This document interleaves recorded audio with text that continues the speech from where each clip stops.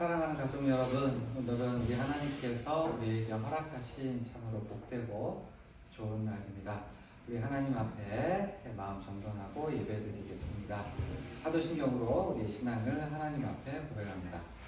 전능하사 천지를 만드신 하나님 아버지를 내가 믿사오며 그의 외아들 우리 주 예수 그리스도를 믿사오니 이는 성령으로 잉태하사 동정녀 마리아에게 나시고 무디어 빌라도에게 고난을 받으사 십자가에 못 박혀 죽으시고 장사한 지 사흘 만에 죽은 자 가운데서 다시 살아나시며 하늘에 오르사 전능하신 하나님 우편에 앉아 계시다가 저희로서 산자와 죽은 자를 심판하러 오시리라.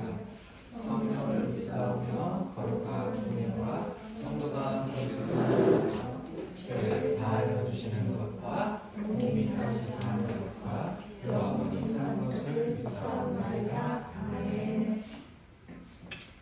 할렐루야. 존귀와 영광 받으시기에 합당하신 하나님 아버지, 감사와 찬송을 올려드립니다.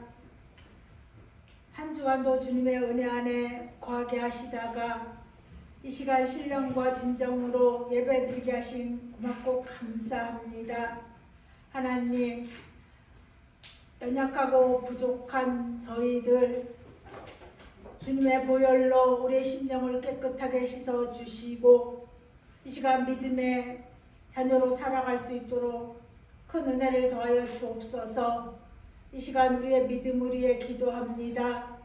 익숙함에서 오는 나태함이 사라지게 하시고 늘 새롭게 채워주시는 만나와 같은 은혜를 먹게 하여 주옵소서. 우리의 믿음이 견고해지고 그리스도의 장성한 분량에 이르기까지 자라나는 우리 모두가 될 수 있도록 축복하여 주옵소서. 하나님, 이 시간은 우리의 자녀들을 위하여 기도합니다. 점점 어려워지는 한국교회 상황 속에서 다윗과 같은 견고한 믿음을 가진 자녀로 이 세상을 그리스도의 나라로 키워나갈 수 있는 그런 믿음의 사람으로 자라날 수 있도록 축복하여 주시기를 원하고 기도합니다. 동행교회에도 하나님 큰 은혜를 주시고 하나님 이곳에 성령의 기름 부음이 넘쳐날 수 있는 교회가 되게 하시며 하나님 우리에게 맡겨진 사명들 각자들 잘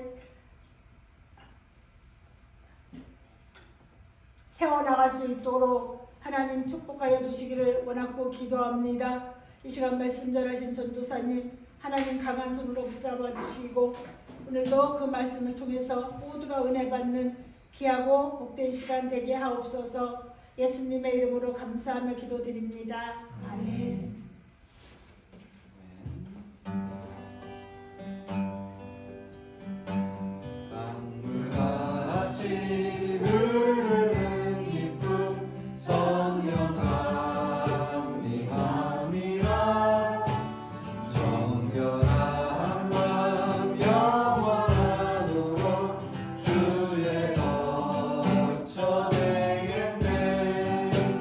주님 주시니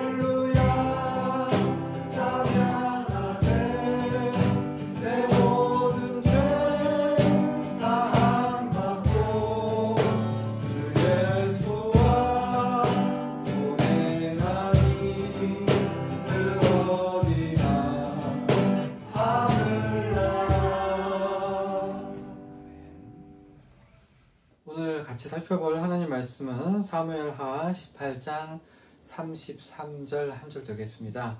왕의 마음이 심히 아파 문 위층으로 올라가서 우니라. 그가 올라갈 때에 말하기를 내 아들 압살롬아 내 아들 압살롬아 차라리 내가 너를 대신하여 죽었다면 압살롬 내 아들아 하였더라. 아멘. 세상에서 가장 아프고 슬프고 고통스러운 일은 사랑하는 자녀를 먼저 보내는 일이 아니겠습니까? 오늘 우리가 공독한 말씀에는 다윗이 사랑하는 아들을 보내고 이제 슬픔에 잠겨 우는 그러한 다윗의 모습을 보여주고 있습니다. 내 아들아 라고 하는 표현을 5번 사용하고 압살롬아 라고 하는 표현을 3번을 연속해서 사용함으로써 자신의 고통과 슬픔과 아픔을 표현하고 있습니다. 그리고 아들을 보내야만 했었던 이 아버지 다윗의 아픔을 더욱 고통스럽게 하는 이유가 있습니다. 압살롬의 반역을 하고 나쁜 온갖 악행을 했었던 아주 근본적인 원인이 다윗 자신이 지었던 죄와 결코 무관하지 않다라고 하는 다윗의 찔림이 있었기 때문일 겁니다. 무슨 일이 있었습니까? 다윗이 아주 젊었을 때 혈기왕성하던 시절 다윗은 자기에게 절대 충성하던 우리아의 아내 밧세바를 취하였습니다.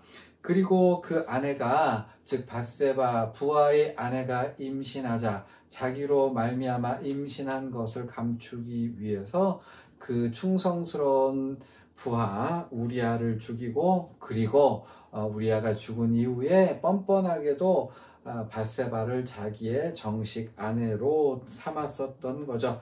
배신과 간음과 살인을 연달아 저질렀습니다. 죄는 죄를 낳았고 거짓말은 거짓말을 낳았고 죄를 감추다가 더 큰 죄 결코 돌이킬 수 없는 중대한 범죄를 저질렀습니다.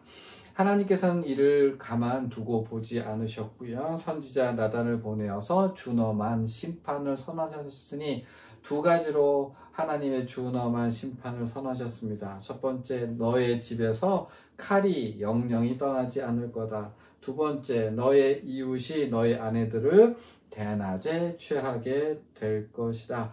관주 성경을 찾아보면 압살롬의 범죄를 다윗을 향해 저질렀던 반역과 그 모든 일들을 예전에 다윗이 젊었을 때 저질렀던 즉 우리의 아내를 취한 사실과 연관짓고 있습니다. 실제로 이 예언 그대로 칼로 가족을 살해하고 아버지의 후궁을 취했던 거죠. 그렇게 보면 압살롬으로 인해 당했던 다윗의 처참한 고통은 오롯이 다윗이 감당해야 할 죄값이었던 겁니다. 그렇게 따지면 다윗이 결코 피할 수 없는 하나님의 심판으로서 압살롬과 관련한 모든 나쁜 일들이 일어난 거죠. 그러나 사랑하는 여러분, 잘못된 해석입니다. 그렇지 않습니다. 피할 수 없었느냐? 아니죠. 피할 수 있었습니다. 기회가 없었느냐? 아니죠. 얼마든지 기회가 있었습니다. 오늘 그 이야기를 할 건데요. 다윗 가정의 비극의 시작점은 다윗의 아들 암논이라는 사람으로부터 시작됩니다. 다윗의 조강지처인 아히노암의 아들, 즉 장자 암논이라고 하는 사람이 그 사람이 배다른 여동생에게 병적인 집착을 했습니다. 즉 마아가라고 하는 여자가 다윗에게 낳아준 남매가 있었으니 오빠는 압살롬이요 누이는 다말이었는데 다말은 굉장한 미인이었고 배다른 오빠 암논은 그 다말에게 집착하기 시작했습니다. 다말 때문에 병을 앓을 정도로 굉장히 집착했고 아주 나쁜 계획, 음모를 세워서 그 다말의 정조를 빼앗습니다. 그리고 그렇게 정조를 빼앗았을 때 이전에 사랑하던 마음보다 훨씬 더 큰 미움에 사로잡히게 되었고, 정조를 빼앗은 암논은 그러니까 의붓 여동생 다말을 내쫓습니다. 그때 다말이 절규하는 거죠. 첫 번째 죄악보다 나를 지금 개처럼 내쫓는 이 죄악이 훨씬 더 크다. 그리고 다윗은 남매 간에 있었던 입에 담지 못할 이 모든 일들을 알고 듣게 되었습니다. 다윗은 분노했지요. 아주 매우 크게 분노했습니다. 그럼에도 불구하고 다윗은 어떻게 했느냐? 아무것도 하지 않았습니다. 왜요? 그 악행이 일어났던 일은 자신의 예전에 지었던 죄를 생각나게 하는 측면이 있었기 때문입니다. 그렇다고 해서 그러한 일들을 가만히 덮어두고 넘겨야 했느냐? 아니지요. 다윗은 암논에게 그의 적절한 형벌을 가해야 했고, 다말을 위로해 주어야 했고, 그의 친오빠 압살롬을 보듬어주고 그리고 위로했어야만 합니다. 벌을 내릴 자에겐 벌을 내리고 위로를 해야 될 사람에겐 위로를 해주고, 그렇게 하는 것이 사실은 고통스러웠을 거예요. 왜? 이전에 자기가 지은 죄와 대면해야 했기 때문인 거죠. 그렇게 함으로써 자신의 과거야 대면하는 것은 굉장히 고통스러울 수 있는 것이지만, 그럼에도 불구하고 자신의 죄를 짊어지고 아파하면서 하나님 앞에 대굴대굴 구르면서 기도하면서 그 모든 일을 처리해야만 했는데, 그러나 다윗은 편한 길을 선택했어요. 어떻게? 아무것도 하지 않고 그대로 묻어두었던 거죠.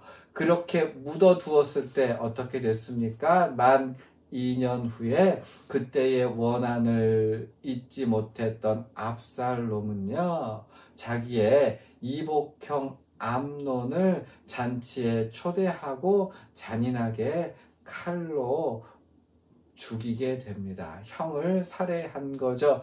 네가 내 동생을 욕보였으니, 사과도 하지 않았으니, 징벌을 받지 않았으니 마땅히 너는 죽어야 할 자라고 생각했었던 거죠.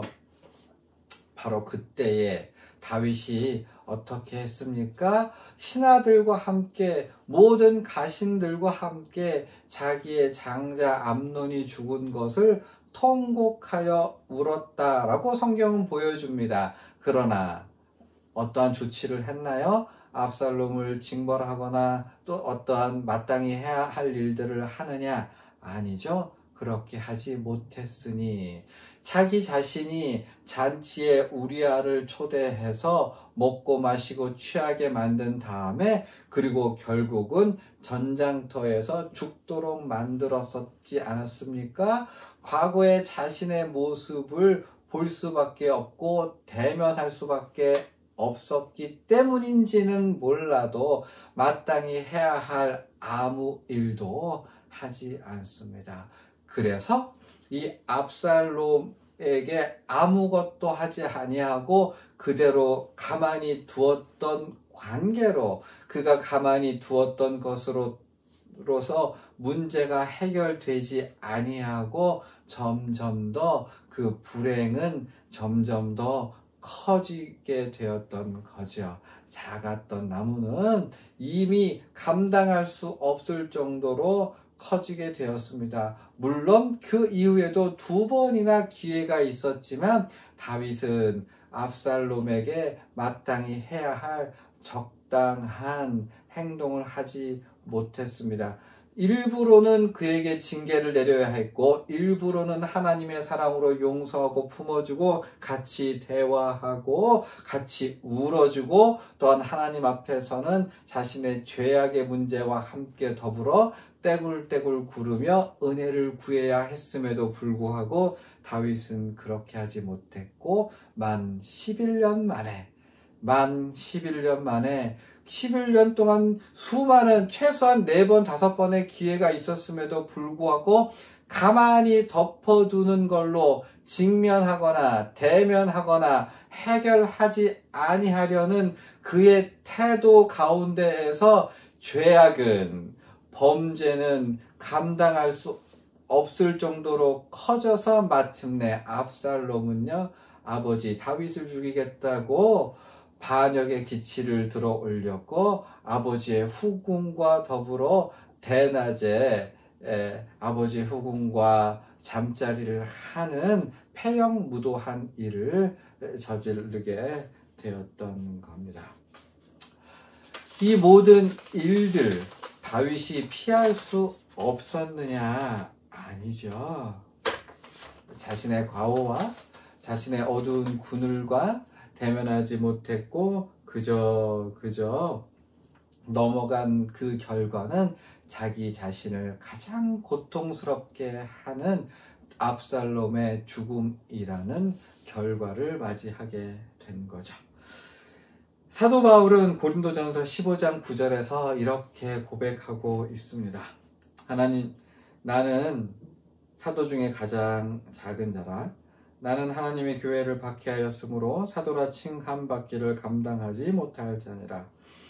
바울은 자기를 어떻게 소개하고 있나요?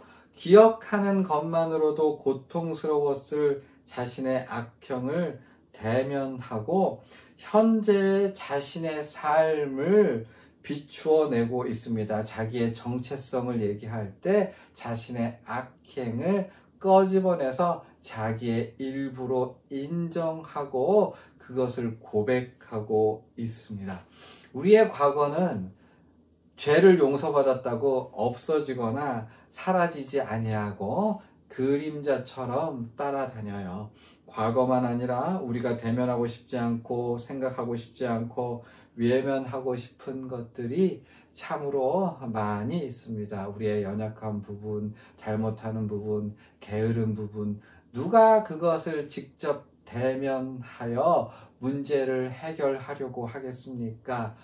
그러나 그것에 발목 잡히지 않는, 그것이 우리의 인생을 망가뜨리지 않게 하는 유일한 방법은 그 접하고 대면하고 싶지 않고 생각하고 싶지 않은 그것을 직접 대면하여 맞서는 것이 아닐 수 없습니다. 설교를 정리합니다. 사랑하는 여러분, 인생은요 피할 수 없는 숙명이 아니라 하나님의 은혜로 말미암아 얼마든지 바꾸어낼 수 있습니다. 역대상 마지막 부분에 보면 다윗이 인구조사의 범죄를 저질러 온 이스라엘이 하나님의 징벌을 받게 되는 장면이 나옵니다.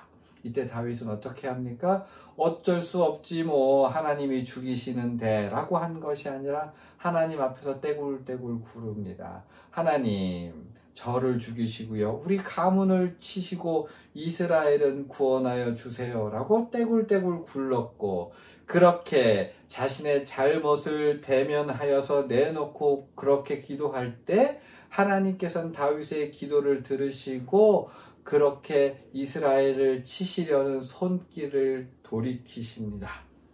우리 하나님의 자비하심을 의지하여 단언하건대 다윗 자신이 그 가문에서 그 모든 흉한 일을 당할 때에 그 11년 동안 수많은 일들 가운데에서 있는 그 모든 일들에 대해서 아무것도 없었던 것처럼 덮어둘 것이 아니라 그것을 대면하여 끌어안고 하나님 앞에 대굴대굴 굴러 기도하며 할 거를 했다면, 해야 할 일들을 감당하고 피눈물이 나는 결정을 해서 행했다면 압살롬의 죽음에까지 이르는 가장 큰 고통, 가장 큰 비극은 피할 수 있었을 겁니다. 우리는 하루하루를 살아가면서 마땅히 대면하고 기억하고 싸워야 할 일들을 마치 안 보이는 것처럼 대면하지 않고 덮어두고 살지는 않습니까? 옆에서 보면 당연히 해야 할 일들을 나는 안 보이는 것처럼 아이고 나중에 어떻게 되겠지라고 하는 심정으로 넘어가고 있는 것은 아닌지요. 사랑하는 여러분, 우리 하나님의 은혜를 기도하면서 우리 하나님의 은혜를 바라보면서 하나님 앞에 대굴대굴 구르면서 우리가 마땅히 직면하고 대면할 것들을 덮어두지 않을 수 있는 저와 여러분들이 되기를 바랍니다. 자, 우리 예수님께서 가르쳐 주신 기도로 예배를 마치겠습니다. 하늘에 계신 우리 아버지여, 이름이 거룩히 여김을 받으시오며 나라가 임하시오며 뜻이 하늘에서 이루어진 것 같이 땅에서도 이루어지이다. 오늘 우리에게 일용할 양식을 주시옵고 우리가 우리에게 죄 지은 자를 사하여 준 것 같이 우리의 죄를 사하여 주시옵고 우리를 시험에 들게 하지 마시옵고 다만 악에서 구하시옵소서. 나라와 권세와 영광이 아버지께 영원히 있사옵나이다.